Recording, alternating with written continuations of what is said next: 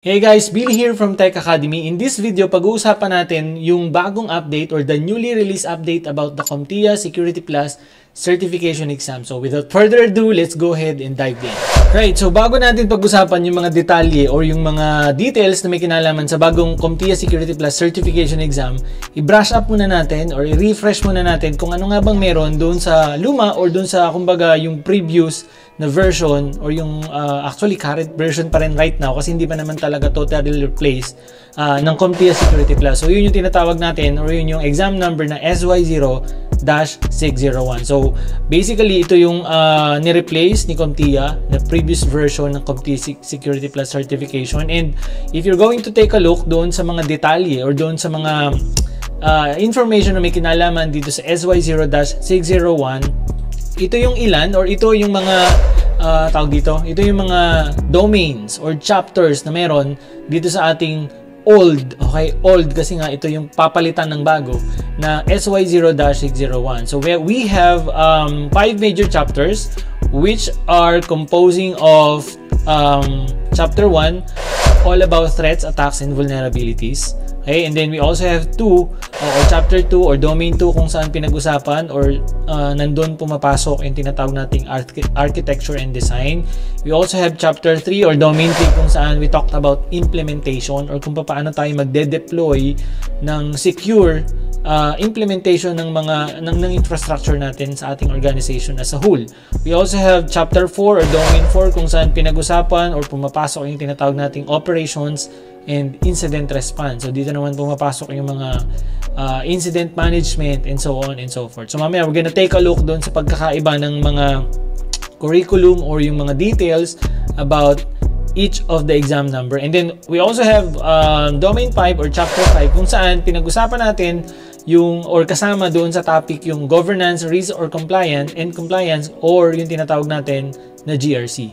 So again, this is basically what we called old right now dahil nga i-replace na siya or meron na siyang ni-release na successor.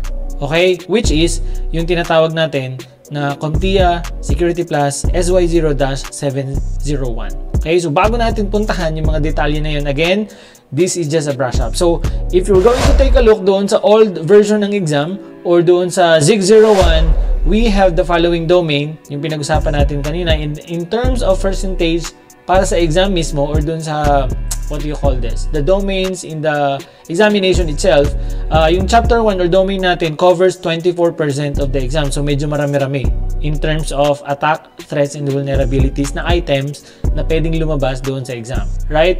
And then we have 21% for the architecture and design, 25% for implementation. So medyo mataas yung percentage dito ng chapter 3 or domain 3. And then we have 16% for chapter 4 and then 14% for domain 4. So binibigay ko sa inyo to para magkaroon kayo ng idea kung bakit nagkaroon ng update and then ano yung mga napalitan, ano yung in-update. Okay? So mamaya we're gonna take a look side by side dun sa dalawa or kung ano yung meron naman doon sa 701. Right?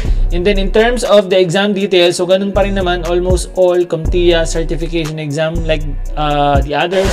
Meron tayong of course yung exam number which is ito rin yan. Okay? 601. Ngayon, mapapalitan na yun ng 701. So, ganun pa rin. Yung maximum number of questions, 90 items.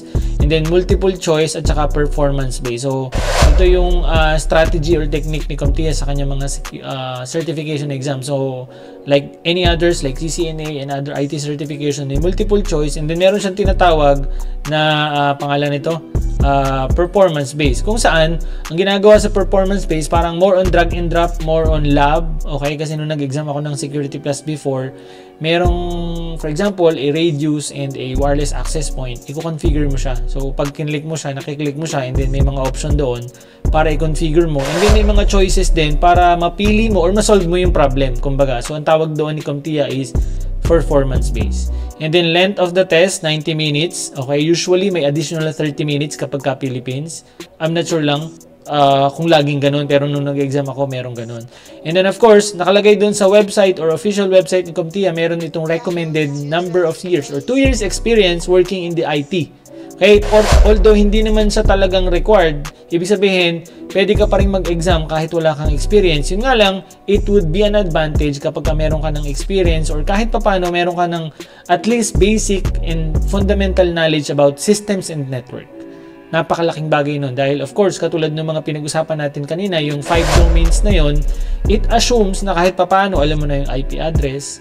Although meron namang basic discussion doon ng mga IP address, pero it assumes na meron ka ng stock knowledge. So that's why nakalagay dun sa official recommendation niya, recommended experience, is at least 2 years experience. Pero sabi ko nga, hindi naman siya required talaga or prerequisite para makapag-exam ka. Advice lang yun ni CompTIA para nang sa ganun, hindi ka mahirapang matutunan yung mga pangalan nito, yung mga topics na kasama dun sa exam. Okay? And then of course, in order to pass, you need to have or you need to, kumbaga, makakuha ng 750 points. So, it's a point-based system din, katulad ng ibang mga examination. Okay? So, now, probably you're asking, Sir Billy, okay, I already started studying SY0601. Naka-enroll ako sa course mo o kaya naman sa ibang provider. Hanggang kailan pwede mag-exam? Well, basically, you still have more than 6 months to prepare for the SY0601. So, ang last day of exam would be July 31, 2024. Okay? So, napakahaba pa niyan. I studied and prepared for 2 to 3 months lang. Okay? So, kayang-kaya mo yun in more than 6 months. Kasi, ano pa lang ngayon? November pa lang ngayon, you still have more than 6 months to prepare and pass this examination. Okay? So, if you already started, ituloy mo na lang yan. And, yun nga, napakahaba pa ng oras mo. Okay, so let's go ahead and talk the new one, which is the SY0, okay?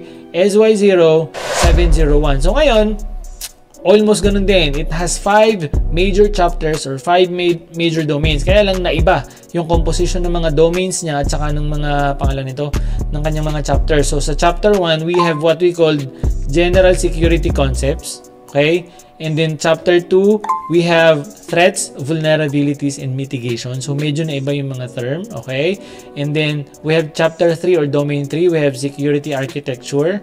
And then chapter 4 or domain 4, we have SOC, okay? Or dito pumapasok yung mga security operations. And then chapter 5, more on security program management and oversight. So more on GRC pa rin to, pero naiba yung mga items eh. May mga pagkakaiba na binigay si CompTIA. Pero we're gonna sisilipin natin yan maya-maya. Pero these are the new 5 domains in the new CompTIA Security Plus SY0-701. So, if you haven't started yet, okay, mas maganda ito na yung aralin mo or antayin mo. Although kakaunti pa yung resources right now, kung hindi ka pa naman nagsisimula or kung talagang kailangan mo, kasi may mga estudyante ako na kailangan nilang ipasa yung Security Plus and may timeline sila hanggang March. So dapat pwede na nila, or I mean kung nakapagsimula na sila, like what I've said earlier, kayang-kaya pa naman yun dahil mahaba pa yung oras. Pero for example, if you're preparing or looking to study and prepare or take the CompTIA Security Plus, ito na yung simulan mo dahil ito na yung latest. Okay, so now, kagaya ng pinakita natin kanina, makikita natin dito na yung percentage in terms of the exam. So, yung chapter 1, which is general security concepts, medyo binabaan or bumaba yung percentage in terms of sa mga items or questions na lalabas sa examination. So, 12% lang yung general security concepts. It's more on understanding terminologies ng mga, for example, what is CIA and so on. So, mamaya sisilipin natin yan. And then, 2.0, we have threats, vulnerabilities, and mitigation. We have 22%. So, ito yung mataas-taas. And then, we also have the domain 3, 18% yung security architecture. Ito, medyo dito nagdagdag siguro or naggawa ng mga bagong questions si CompTIA kung saan security operations or domain 4, we have 28%. So, makikita nyo dyan. And then, yun nga, yung security program, management, and oversight, 20%. So, again, ito yung mga possible na percentage ng items or questions na pwedeng lumabas sa exam. Does that make sense? Okay, and then kagaya ng pinakita ko kanina, in order to pass or to become certified on this certification, ganun din. So, yung required exam number, so 701 na. So, pagka mag-exam ka, magagawa ka ng account sa Pearson VUE. Right? Pwede kang mag-take in person sa mga accredited exam center or online sa bahay or office nyo.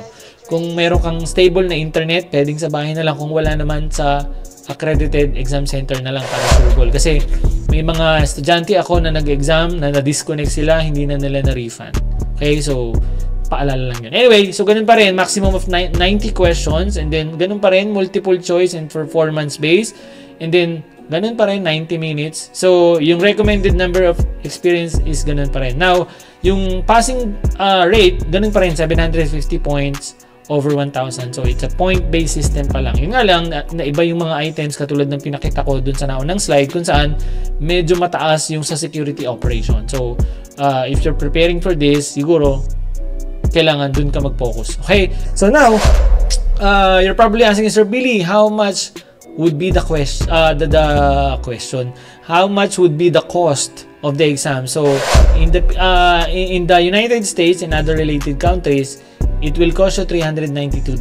Pero in the Philippines, it's almost $200 lang. I think 192 nung nag-exam ako nung SY0601. So, I'm not sure kung ganun pa rin ngayon. Pero iba kasi yung pricing sa US at saka sa Europe. Tapos iba pa rin sa Philippines. Mas mababa ng kaunti sa Asia, I think, like Philippines.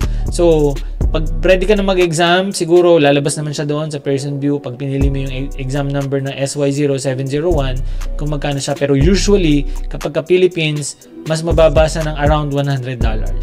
Okay yun, diba? Anyway, so tapos pwede ka pa rin makakuha ng voucher kapag ka ganun. So, multiple discounts. So, isama ko na rin, katulad nung napag-usapan natin kanina. So, basically, ito yung objectives for the SY0601 which was considered as old kasi ito yung i-replace. And then, ito yung sa 701. So, we're gonna compare it head by head katulad na nabanggit ko kanina. So, dito sa 601, as you can see, ito yung mga domains niya and percentage in terms of the examination. And then sa 701, ito rin naman. So, ang makikita mong malaking pagkakaba, for example, dito sa 601, yung unang chapter niya or domain niya, Threats, Attacks, and Vulnerabilities. Diba? Dito sa General Security Concepts na iba.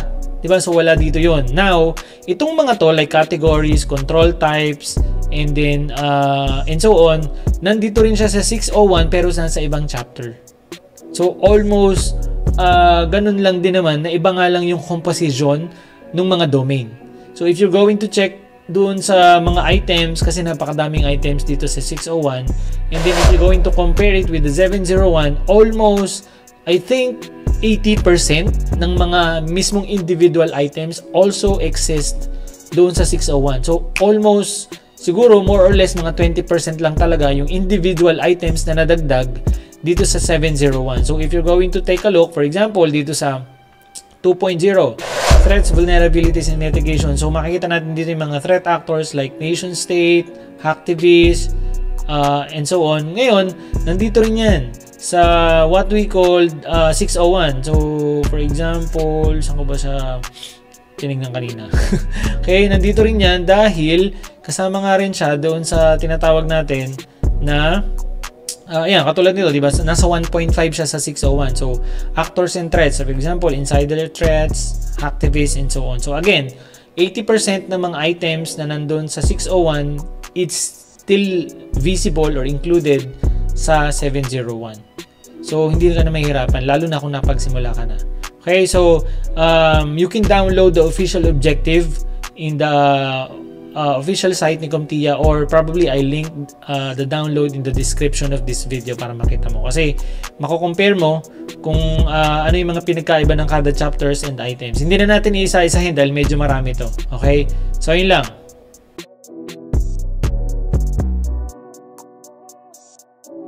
So, you're probably asking, Sir Billy, ano bang ibig sabihin ng vendor neutral? Okay? So, ano ba yung CompTIA? Ano ba yung mga certification when it comes to vendor neutral natin na tinatawag? Well, si CompTIA is the leading certification and training provider in terms of IT certification, which is vendor neutral. Dahil, okay, neutral meaning it doesn't focus on any vendor or manufacturer in terms of computing or technology or equipment. Say for example, CCNA, may mga protocols, may mga topics, may mga tawag dito, may mga terminologies na talagang existing lang, or tawag natin doon ay proprietary kay Cisco, kasi CCNA siya, Cisco Certified Network Associate. Now, when it comes to CompTIA certifications, vendor neutral sa, so yung mga protocols, yung mga terminologies, and mga concepts applicable not only for a certain or specific vendor but for the whole industry. So wala siyang pinipinpoint or wala siyang pinipiling vendor dahil nga yung mga concepts and terminologies niya are applicable in the industry wide. Does that make sense? Good. So another question you probably have, Sir Billy, bakit nagbabago yung exam or bakit nag-update? Good question. Okay, so like any other IT certification, CompTIA Security Plus, okay, or any other CompTIA certification exam changes or gets updated dahil syempre nagbabago yung technology. So, ganun din sa CCNA, sa CCNP, and other IT certification. So, binabago nila yan dahil nga yung mga current technologies right now, pwedeng in the near future magkaroon ng update or pwedeng ma-phase out na or may changes. So, ganun kabilis ang development, ang discovery in the world of IT. So that's why every 3 years, mostly yung certification exam, nababago din yung mga topics as well as yung exam number and so on. So ganun din, CCNA and other certification exams. So lahat sila almost nag-expire. So in order to renew, kailangan mo mag-take uli ng exam on that year, for example, or before your certification gets expire, o bago mag 3 years, or pwede kang mag-take ng mas mataas or mas higher na certification exam number para ma-renew yung certification mo. Does that make sense? Okay, good. So another question. So does Security Plus requires previous knowledge? So basically, katulad ng nabanggit ko kanina, CompTIA recommends at least 2 years experience working as system administrator or network administrator. Pero sabi ko nga, hindi naman siya prerequisite para makapag-exam ka. Advice lang yun, recommendation lang yun para hindi ka mahirapang aralin at intindihin yung mga topics and concepts and terminologies na napapaloob sa exam. Dahil nga, it assumes na kahit mapano, meron ka ng basic and stock knowledge or fundamental knowledge about systems and network. Napakahalaga nun, like sa network. Lahat naman yun. Okay? So, yun yun. Okay? So, if you're already past your CCNA, that would be very advantage and helpful. Kung hindi pa naman, at least dapat meron ka ng naiintindihan or stock knowledge or basic and fundamental understanding how network works. Like TCP, IP, IP addressing, yung mga common and basic network protocols and services. Kasi nga, ito nabasa ko ito nung nakaraan doon sa Facebook. How can you protect or secure the network when you don't understand how the network works? So, ganun din. How can you protect or secure the system if you don't understand how the system works? So, that's why it is advisable, it is recommended na meron kang at least fundamental knowledge. Does that make sense? Good. So, another question you probably have, should I take the new SY0-701 or should I take the old one, 601? So, it really depends. Kung sabi ko nga, if you already started reviewing and preparing for the 601, probably isa ka sa mga estudyante natin sa Tech Academy ng CompTIA Security Plus, tapos nasa kalagitnaan ka na, malapit ka nang matapos, ituloy mo na yan. You still have until July 31, 2024 to take the exam. So, napakahaba pa nun. Sabi ko nga, I prepare for only 2 to 3 months of study and practice. Naipasa ko naman.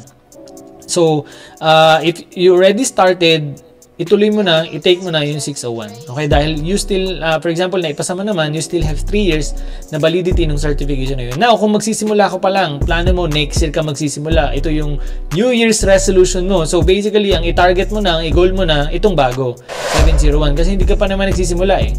Right? So, goal mo next year, mag-take ng CompTIA Security Plus, isama mo na, or basically, ang gagawin mo na is yung bago na yung kukunin mo or aaralin mo. Does that make sense? Good. So, another question. Possible jobs after passing the CompTIA Security Plus. So, as an entry level, okay, as a beginner or kumbaga nagsisimula pa lang in the cybersecurity or even in the IT industry as a whole, makakatulong ang mga certification. I firmly believe na malaki ang maitutulong ng mga certification kagaya ng CompTIA Security Plus or CCNA or any other entry-level certification sa mga beginners or aspiring IT professionals na nagsisimula pa lang sa kanilang career dahil ito yung magiging foundation nyo eh. Ito yung magiging kumbaga proof mo na naiintindihan mo yung technology and mga terminology behind that certification. Given na inaral mo talaga. Okay, so now, if you pass, for example, the CompTIA Security Plus certification exam, ang possible mo na maging job would be help desk or service desk. Okay naman, junior cybersecurity analyst or cybersecurity analyst din, pwede rin yun, or system security analyst and so on. So, makakatulong yan dun sa mga entry level, or pwede mong maging proof yan, or kumbaga maging pogi points mo sa resume mo kapag nag-apply ka sa mga entry level cybersecurity or any security related positions. Ang kagandahan kasi when it comes to CompTIA Security Plus, yung marketability niya. It is one of the well-known entry level or associate level certifications in terms of security. Hindi katulad ng iba na hindi mo masyadong naririnig. Okay, si CompTIA Security Plus, lagi mo siyang nakikita sa mga requirements kapag security related yung position na ina-applyan. Even if abroad or here sa Philippines, kasi nga recognized siya worldwide. Okay?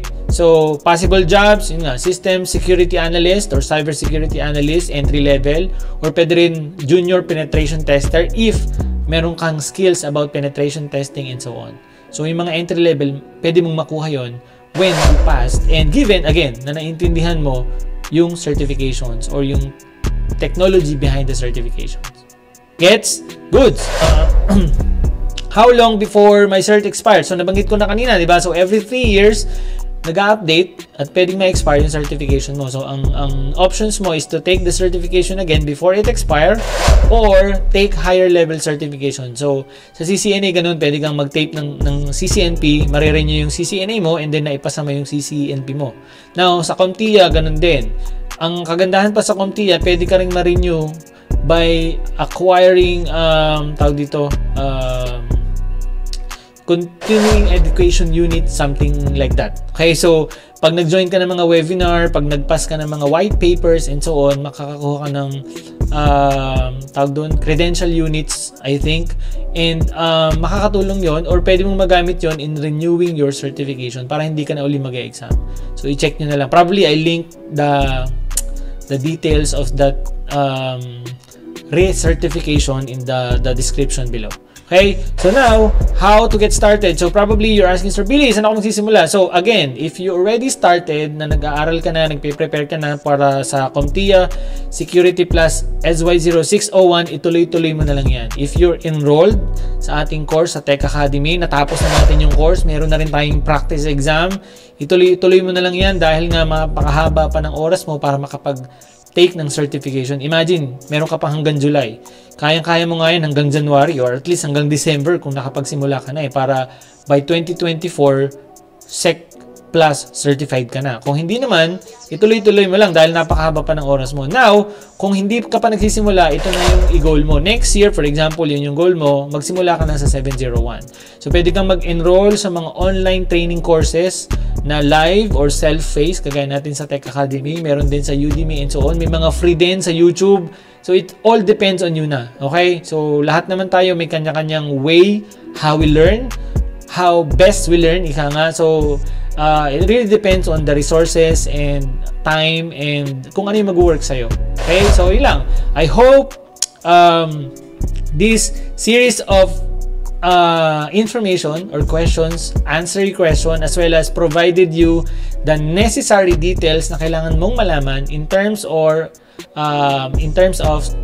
CompTIA Security Plus certification exam. So, if you want to go ahead, we're already updating our course kasi nga, syempre, yung ginawa natin is SY0601. Now, since nagkaroon ng update, we're also updating the program or the course na meron tayo sa Tech Academy.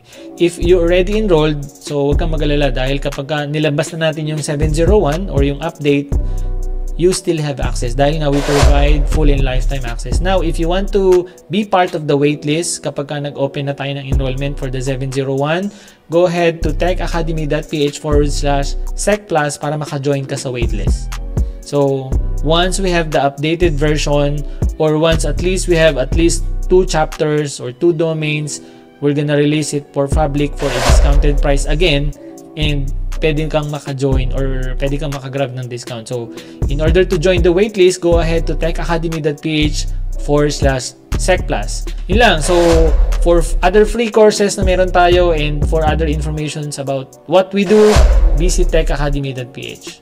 Yun lamang. Maraming salamat. God bless everyone.